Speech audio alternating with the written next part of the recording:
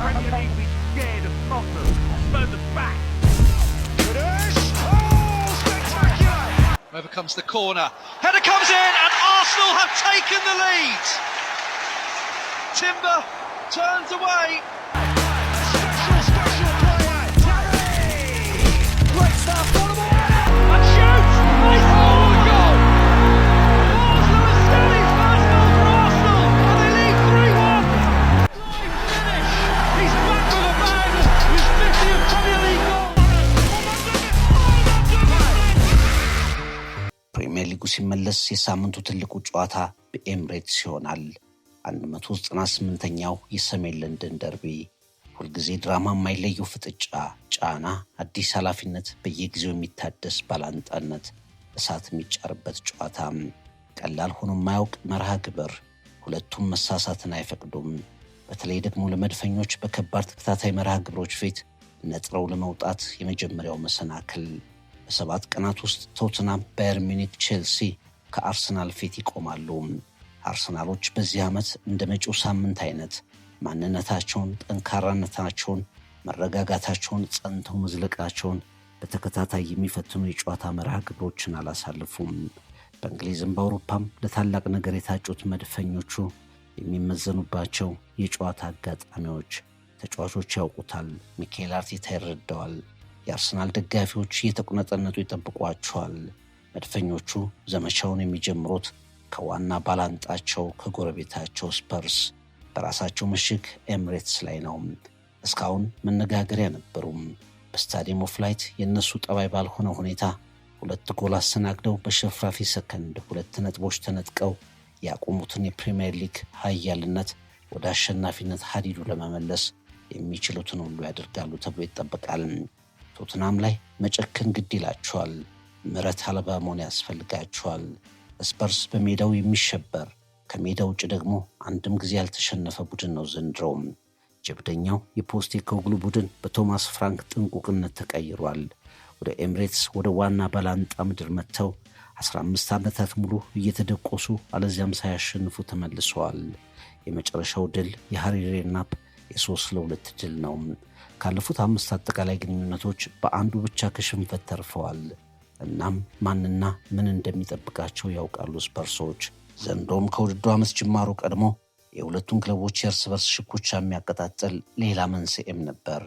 ነሐሴ 20 2025 ቶትናም ስፐርሶች በእጃችን አስገባ ነው ብለው የቦረቁለትን አማካይ ኤብሬቼ ኢዜን አርሰናል በአንድ የስልክ ጥሪ አስጎብልሎ ወስዶባቸው መሳቂያ አድርጓቸዋል። ለመድፉ 2 ጎል ያስገባው 3 ጎል የሚሆኑ ኳሶችን አመቻችቶ እስካሁን ያቀበለው ኤዜን በሰሜን ለንደን ደርቢ የሁለቱም ደጋፊዎች በተለያየ ምክንያት ትኩረታቸውን ይሰጡታል። አንደኛው ክንፍ በኩራት፣ አንደኛው ቡድን በጥላቻ ስሙን ያነሱታል። የአርሰናል አማካዮች ከስፐርስ አማካዮች፣ ያለ ጋብሪኤል ማጋሊሽ የሚቆመው የአርሰናል መከላከል ከቶማስ ፍራንክ ማጥቃት፣ የቆመ ኳስ አጠቃቀም ፍልሚያ፣ ጉዳት የፈተነው አሰላለፍ፣ የታክቲክ ጦርነት። ሰሜን ለንደን ደርቢ 198ኛው ፍልሚያ። ሁሌም ጎሎች፣ ክስተቶች፣ ስህተቶች፣ አወዛጋቢ ውሳኔዎች የማያጡት ደርቢ ከፕሪሚየር ሊጉ መመለስ ጋር ትልቁን ትኩረት ይስባል። ኤዜ ከዣቪ ሲሞንስ፣ አርቴታ ከቶማስ ፍራንክ። አንድ ከተማ 2 ክለቦች። ሰሜን ለንደን ቀይ መሆን አለባት። አርሰናል ከባዱን ሳምንት ስፐርስን ሰውቶ ለማቅለል ይዋደቃል። እስካሁን ከሜዳቸው ውጭ ያልተሸነፉት ስፐርሶች ደግሞ ኤምሬትስ ላይ ፈጽሞ የመጀመሪያው ሽንፈት እንዲሆን አይፈልጉም። ሁሉም ነገር የሚኖረው ጨዋታ ይሆናል ተብሎ ተገምቷል።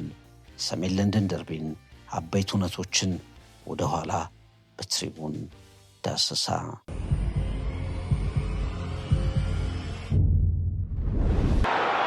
He stripped it away from Carr. Henry!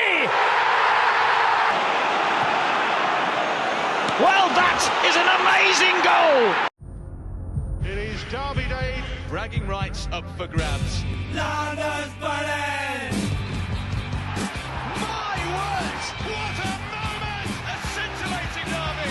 የእንግሊዝ ፕሪሚየር ሊግ ከሚጠበቁት መርሃ ግብሮች መካከል አንዱ ከዋናዎቹ መካከል በዚህ መርሃ ግብር በፍጹም የማይረሱ በርካታ ጨዋታዎች ተከናውነው አልፈዋል። የማይረሱ ትንቅንቆች፣ አስደናቂ ጎሎች፣ አወዛጋቢ ደጋፊዎች፣ በጨዋታዎቹ የነገሱ ተጫዋቾች፣ እንደ ጉድ የተወቀሱ የእግር ኳስ ዳኞች፣ ብዙ ነገሮች በዚህ ደርቢ ውስጥ ይነሳሉ። ሰሜን ለንደን የእኛ ናት የሚሉ ሽኩቻዎች፣ ንቀትና ጥላቻ፣ በሚያሸማቅቁ ቃላት ተቃራኒን መግለጽ፣ አንዳች አይነት ክብር አለማሳየት፣ ብዙ ነገሮች። ሰሜን ለንደን ደርቢ ሴልቲክ ሬንጀርስ ከ17ኛው ክፍለ ዘመን ጀምሮ የጂኦፖለቲካ ጉዳይና እምነት የሚያቀጣጥሉት ደርቢ፣ ቦካ ክሪቨር የአርጀንቲና ክለቦች አስጨናቂ ፍልሚያ፣ ሚላን ደርቢ የቱርክ ክለቦች ፍልሚያ፣ ሌሎችን ማንሳት እንችላለን። ደርቢዎች ሁሌም የውጥረት ጫፍ ማሳያዎች ለመሆናቸው ቶትናም ከአርሰናል አንዳቸው ለአንዳቸው እንጥፍጣፊ ከብሬታ ያላቸው የማይመስሉ ክለቦች። የሴንት ቶተሪንግሃም ቀን አርሰናል ሁሌም ከቶትናም የበላይ ሆኖ ሲያጠናቅቅ ቀኑ የሚከበርበት ስያሜ ነው። ለ21 ተከታታይ ዓመታት እስከ 2017 በአርሰናል ደጋፊዎች የተከበረ የብሽሽቅ ቀን። ባለፈው ውድድር ዓመት ቶትናም ሆትስፐር ከማንቸስተር ሲቲ ሲጫወቱ ስፐርስ ሲቲን ቢያሸንፍ ዋንጫው ወደሚጠሏቸው አርሰናሎች ቤት እንደሚሄድ ያስቡ የቶትናም ሆትስፐርስ ደጋፊዎች በቡድናቸው ላይ ጎል ሲገባ ፈንጥዘዋል። እኛ ሲቲን አሸንፈን ወደ አውሮፓ ሻምፒየንስ ሊግ ከምናመራ ተሸንፈን አርሰናል ዋንጫ ቢያጣ እኛም ከአውሮፓ ብንቀር እንደሰታለን ያሉ የስፐርስ ደጋፊዎች በሽንፈታቸው ሲስቁ አይተናል። እሁድ ለሁለቱም ቡድኖች የሲዝን አጀማመር ወሳኝ በሆነ ጨዋታ ይገናኛሉ። አምና በኤምሬትስ የመጀመሪያው ጨዋታ 2-2፣ በስፐርስ ሜዳ ደግሞ በአርሰናል 3-2 አሸናፊነት የተጠናቀቀው ደርቢ እንዴት ይደመደም ይሆን? ዛሬ ከማይረሱ የሁለቱ ቡድኖች ጨዋታዎች እንዲሁም ሁነቶችና አጋጣሚዎች የተወሰኑትን ለትውስታ እናነሳለን። Back in November. Mertesacker. It's all Arsenal now. 5-2 now. Tottenham do not know what's hit them.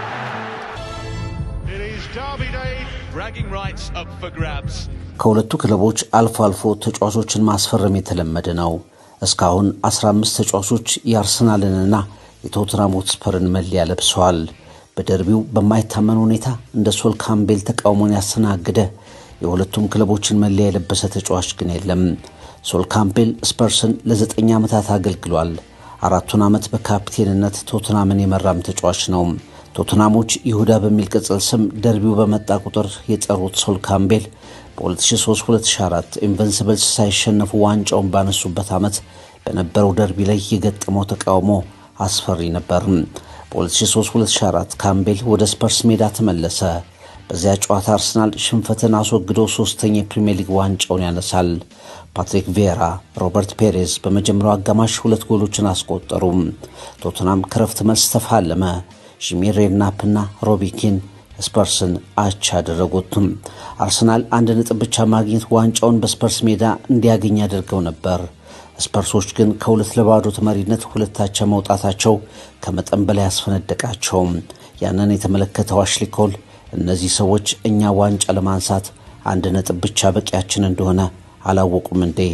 አሁን እኛ ዋንጫውን እነሱ 1 ነጥቡን ያከብራሉ ሲል ተናገረ። አርሰናሎች በቴሪ ኦንሪ መሪነት ደስታቸውን ዋንጫቸውን ቀድመው በስፐርስ ሜዳ አገኙም። ግን ስፐርሶች የሚጠሉት ዋናው ነገር በሜዳቸው ሆነ። አርሰናል በተቀናቃይ ሜዳ አስደናቂውን ታሪክ ደመደመ። ሳይሸነፍ ፕሪሚየር ሊጉን የሚያነሳበትን ጉዞ ቀጠለ። በነፃ ዝውውር ወደሚጠሉት ክለብ አርሰናል የሄደው ካምቤል እንደሚቆይ ቃል ከገባና ለአርሰናል መቼም እንደማይጫወት ከአንደበቱ ከሰማን በኋላ በጠራራ ፀሐይ ክዶናል ያሉት ስፐርሶች በደርቢው ጨዋታ ሁሉ በተቃውሞ ጩኸት አሳደውታል።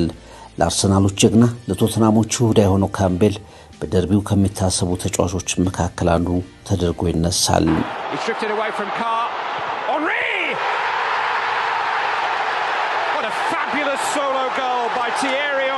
ወደ ኤምሬትስ ስታቀኑ በዙሪያው ሐውልታቸው በነሐስ በክብር ከቆመላቸው መካከል ቀዳሚው የቡድኑ የምንጊዜም ኮከብ ጎል አግቢ ቴሪ ዳንኤል ኦንሪ ይገኛል።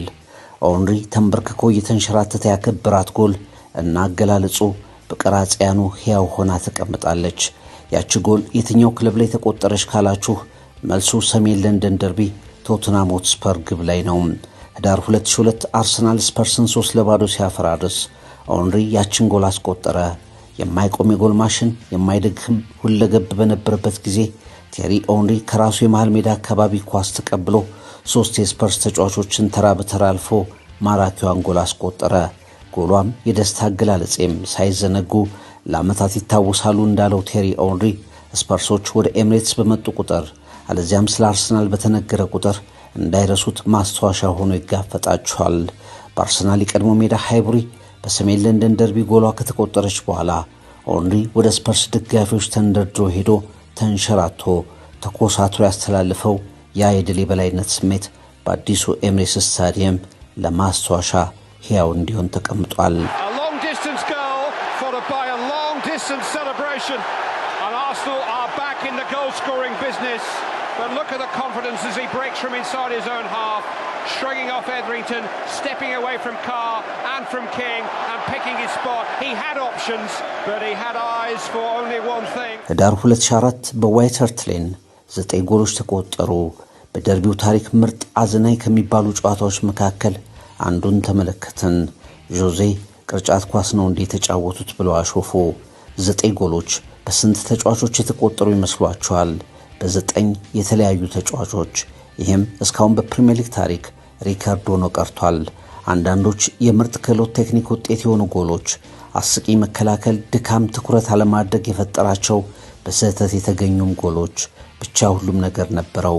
የሚያስገርመው ስፐርስ ከአርሰናል እስከ ረፍት 1-1 አቻ ብቻ ነበሩ። ሁለተኛው አጋማሽ ግን እንደ ጠንካራ የሮክ ሙዚቃ ድብልቅልቅ ወጣ። 37 ደቂቃ 0-0፣ 45 ደቂቃ 1-1 የነበረው ጨዋታ ሁለተኛው አጋማሽ ላይ 7 ጎሎችን አስተናገደ። ማርቲኒዮል ቶተናምን፣ ቬንገር የአርሰናል መሪ ሆነው ያደረጉት ያምርጡ ጨዋታ በአርሰናል 5-4 አሸናፊነት የተጠናቀቀም ነበር። ለስፐርስ ኑረዲን ናይቤት፣ ጀርሚን ዴፎ፣ ሌድሌ ኪንግ እና ፍሬዲ ካኖቴ፣ ለአርሰናል ቴሪ ኦንሪ፣ ሎረን፣ ፓትሪክ ቬራ፣ ፍሬዲ ሊዩምበርግ እና ሮበርት ፔሬዝ አስቆጠሩ። 9 ጎሎች፣ 9 ጎል አግቢዎች። ሰሜን ለንደን ደርቢ። Well, that is an amazing goal. Bentley, the former Arsenal player, has scored an astonishing goal. It's Naybet. Tottenham lead Arsenal at White Hart Lane. Lauren. Oh, Henry has squeezed in the equaliser for Arsenal in stoppage time. Yes, the leg taken from him. Arsenal still have the ball. It's trials and tribulations for Tottenham at the moment, and they've conceded a penalty. And Arsenal have turned it around at White Hart Lane. Tottenham 1, Arsenal 2. But they haven't on Vieira. Patrick Vieira is in for Arsenal and sweeps it home. It's 3-1. Here goes Jermaine Defoe all the way! And how? It wasn't 3-1 for long. It's 3-2. Fabregas back on for Perez again. Oh, reverse to Ljungberg. Absolutely fantastic by Edmund, but it comes now to Perez, and he's put away a fifth for Arsenal, and surely they've got the game won now. ኖርዝ ለንደን ደርቢ ምርጥ ጎሎች ተቆጥረው በአእምሮአችን ተስለው የቀሩበት ደርቢ። ከደርቢው ጎሎች ምርጧ የስፐርሱ ዴቪድ ቤንትሌ ማኑኤል አልሙኒያ ላይ ያስቆጠራት ናት የሚሉ ግን ብዙዎች ናቸው። ቤንትሌ 4-4 በተጠናቀቀው የ2008 ደርቢ ላይ ከ37 ሜትር ርቀት ያስቆጠራት ኳስ አትረሳም። የቀድሞ ስፐርስ አሰልጣኝ ክሊቫልን ከጨዋታ በፊት አንድ ነገር ሲናገር ሰማው። አልሙኒያ የግብ ክልሉን ጥሎ የመውጣት አመል አለው፣ እናም የሚመች አጋጣሚ ስታገኙ ጎብኙት አሉን ይላል ቤንትሌ የቀድሞ ክለቡ አርሰናል ላይ ስላስቆጠራት አስደናቂ ኳስ ሲናገር። አልሙኒያ መውጣቱን የተመለከተው ቤንትሌ ያስቆጠራት ያች ኳስ ደርቢውን አስመልክቶ በሚሰሩ ማስታወቂያዎች ላይ የማትጠፋ እጅግ ምርጥ ጎል ሆና እንመለከታታለን። Well, that is an amazing goal. Bentley, the former Arsenal player, has scored an astonishing goal. ጎሎችና የድል አከባበሮች ከደርቢው በኋላ ደጋግመው መነጋገሪያ እንዲሆኑ ይደረጋል። ዳኒ ሮዝ ከ27 ሜትር በቮሊ አልሙኒያ ላይ ያስቆጠራት ኳስ፣ ሉካስ ፖዶልስኪ አርሰናል ስፐርስን 1-0 በሜዳው ዋይት ሃርት ሌን እንዲያሸንፍ ሲያደርግና ወደ ደጋፊዎች ዘሎ ገብቶ ያሳየው የድል አከባበር፣ ደርቢው በመጣ ቁጥር ጎል ማስቆጠር የግሉ የሆነውና በ16 ጨዋታዎች 14 ጎል ያስቆጠረው ሃሪኬን፣ ሞሪኒዮ ስፐርስን እየመሩ መጋቢት 2021 ላይ ኤሪክ ላሜላ በአስደናቂ ሁኔታ ያገባት የራቦና ስልት ጎል ደርቢው ፍጹም ከማይረሳቸው መካከል ይገኛሉ። 15 ተጫዋቾች በሁለቱም ክለቦች መለያ ተጫውተዋል። ማኑኤል አዲባየር በአርሰናል፣ ሶል ካምቤል በቶተናም ደርቢው ላይ እጅግ የተጠሉ ተጫዋቾች ተብለዋል። በወዳጅነት ጨዋታ ላይ ስፐርሶች ለአርሰናሉ ቡካዮ ሳካ ከጎንህነን በማለት የእንግሊዝ ደጋፊዎች በአውሮፓ ዋንጫ ፍጹም ቅጣት ምት በመሳቱ ምክንያት ላደረሱበት የዘረኝነት ዘለፋ እኛም ከጎንህነን ያሉበት መልእክት ከማይረሱ መልካም አጋጣሚዎች አንዱ ተብሎ ሊነሳ ይችላል። ከዚያ ውጪ ከ100 ዓመት በላይ የቆየው የእርስ በርስ ግንኙነት ከመከባበር መናናቅ፣ ከእግር ኳስ ወዳጅነት ጥላቻ አዘል መልእክት እያረበበበት እዚህ የደረሰ ነው። አሁንም ሰሜን ለንደን ደርቢ በእግር ኳስ ሊታዩ ከሚገባቸው በጉጉት ከሚጠበቁ መርሃ ግብሮች አንዱ ሆኖ ግን ይቀጥላል። ስፐርስ ከ21 ዓመታት በኋላ ከአርሰናል አናት ላይ ሆኖ የጨረሰበት 2017 በተለየ ሁኔታ ተከብሯል። ሚኬል አርቴታ አርሰናልን ይዞ 2022-23 ላይ ሁለተኛ እስኪወጣ ድረስ ስፐርስ ለ6 ሲዝን ባልተለመደ ሁኔታ ከአርሰናል ከፍ ብሎም ጨርሷል። ይህንን ብልጫ ተከትሎ ሰሜን ለንደን የኛ ነው የሚለው ዜማ እየጎላ መጥቷል።